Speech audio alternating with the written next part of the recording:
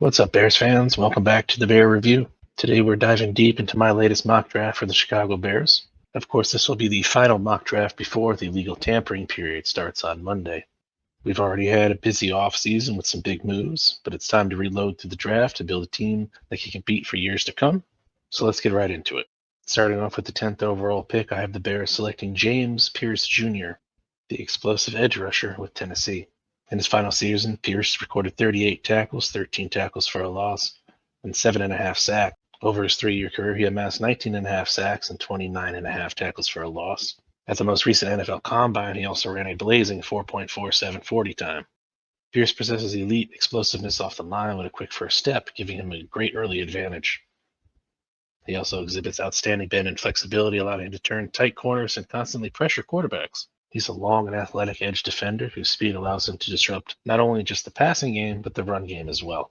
Of course, some scouts have noted potential character concerns, and he has a relatively slender frame for an edge defender, weighing in at only 245 pounds at the combine, and he can be overpowered by stronger offensive tackles. He does sometimes struggle to maintain his leverage when teams run directly at him. Why do the Bears need him? Well, the Bears need to bolster their pass rush, and Pierce's explosiveness and athleticism make him an ideal fit as a rotational pass rusher initially, with potential to be a long-term starter with all-pro capability. His ability to drop into coverage also adds some versatility to the Bears' defense. Moving on now to the second round, pick 39. This is the first of our Georgia Bulldogs are taking today, and that's going to be Tate Ratledge, the interior offensive lineman.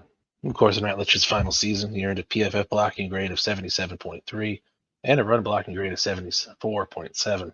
Overall, Ratledge is a well-rounded build with solid arm length and athletic ability to go along with very good play strength. He's a physical presence in pass protection with a commanding anchor. He also displays high football IQ, quickly identifying stunts along the line. However, being a mauler does come with its drawbacks. He can be a tad over-aggressive on contact, dropping his shoulders and failing to gain any real leverage. He also only has experience at right guard, limiting his versatility. However, why the Bears need him, the Bears have also made a point to improve their offensive line. We saw that with the additions of Joe Thuney and Jonah Jackson. Ratledge's strength and athleticism makes him a great fit for zone blocking schemes, and he has the potential to be a day one starter at guard, if they so choose to go that route. With our second pick in the second round, pick 41, I had the Bears adding another Georgia Bulldog, this time selecting center Jared Wilson. Wilson had a great year for the Bulldogs, allowing only 6 pressures and being named second team All SEC. Of course, Wilson is an exceptional athlete with rare fluidity for a center, allowing him to climb to the second level and engage linebackers with relative ease. He displays really good flexibility in his hips and coordinated footwork. That's crucial for mitigating pass rushers. His grip strength is nothing short of outstanding, making it difficult for defenders to disengage once he latches on. We saw him making waves at the combine, running a 4.84 40-yard dash as well. There really aren't too many problem areas with Wilson. He does sometimes lunge at defenders, impacting his balance, and he lacks elite length, though his arms are more than serviceable, sitting just above 32 inches and an 80-inch wingspan. He does need to work on his hand fighting skills a bit. That showed up a lot on tape, but if the Bears choose to go with a veteran center like Evan Brown or Drew Dahlman, Wilson will be in a perfect position just to sit behind him and learn his first couple of years, and then he could eventually win the job and take over the position. We all know the Bears have a glaring need at center, and Wilson's athleticism and quickness make him an excellent fit for their zone blocking scheme. His ability to move laterally and get to the second level would greatly benefit the Bears' running game as well. With the 72nd pick, I continue to have the Bears build on the offensive line, this time selecting Dylan Fairchild, the other offensive guard from Georgia. In 2024, Fairchild played 876 snaps, allowing only 9 pressures on the year. Fairchild is a powerful run blocker who overwhelms defenders at the point of contact with his brute strength. He has excellent core strength and balance, and rarely finds himself in a compromising position in pass protection. As a former state wrestling champion, he's also a very, very skilled grappler on the interior. Like Ratledge, he's another mauler with a violent temperament, but that does come with a price. His over-aggression can also cost him. He can also struggle to sustain blocks at the point of attack at times, as well as struggling to push opponents off the line of scrimmage, and his hands need a little bit of work.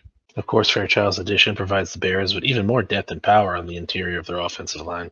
His run blocking prowess and his ability to re-anchor against power rushers make him a valuable asset. Also, now being able to sit behind Joe Thuney and learn from one of the best at the position will allow him to get his head around the game of football as a whole before putting him out on the offensive line as a possible starter in the next couple of years. So, of course, we know the Bears traded their 4th-round pick. So we're going to jump all the way to round 5 with pick 204. This will be one of my final Georgia Bulldogs selections. Nose tackle Nazir Stackhouse.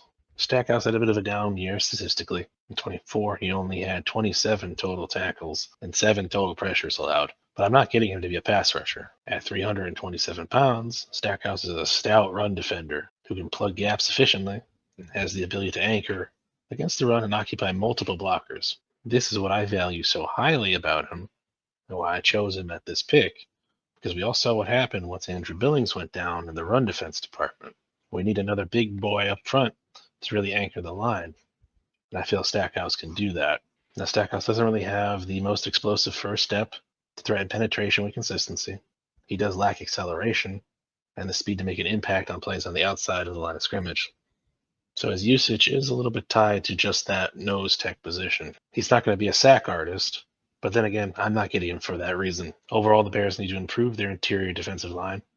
And Stackhouse's run-stopping ability makes him a solid addition.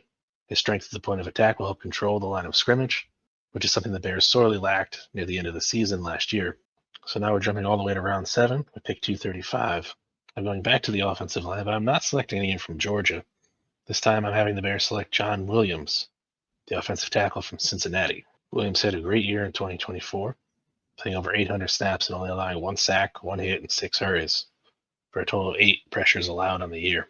He has decent arm length, just shy of 34 inches at 33 and 7/8, but over an 81-inch wingspan. He's very good in the pass blocking game, and he has enough speed to protect the outside with his effective kick slide tempo. He also has strong hands, but of course, he needs to pick up the speed using his hands as well. His hands can be a little late at times, not getting that first punch. Then, like I said, the problem with that is he doesn't have the elite length you look for at tackles, so he really needs to work on that in order to really be effective at the next level. However, Williams' addition provides the Bears with a developmental offensive tackle with really good pass blocking skills. And in the 7th round, you can't ask for much more than that. And with our final pick, pick 242, I have the Bears selecting KeAndre Smith, the wide receiver from Auburn. Overall, in his final season, Smith had a pretty good year. He had 50 receptions for 981 yards and 8 touchdowns. The main strength for Smith is his explosive speed. He ran a 4.37 40 time at the combine. He also has a natural ability to track the deep ball and is a strong run blocker. However, physical corners can beat him, and his route tree, well, he's not the best route runner overall. What you're getting with Smith is a valuable depth piece at the wide receiver position. Like I said, he's good in the run blocking game, and his straight line speed is something the Bears sorely need. So, that wraps up my latest mock draft for the Chicago Bears. Again, I wanted to go heavy on both offense and the defensive line side of the ball. I wanted to add a few names some of you may not know all about, and also adding a nice playmaker at wide receiver. I know there's been some talk on social media the Bears need to add a speedster in the wide receiver room, so I looked, and I figured let's go out and grab one. I believe these picks would set up the Bears for success for years to come, but I want to know what you guys think. Let me know in the comments below. Don't forget to smash the like button and subscribe if you haven't for more Bears content. Again, I want to thank you all for watching, and as always, bear down.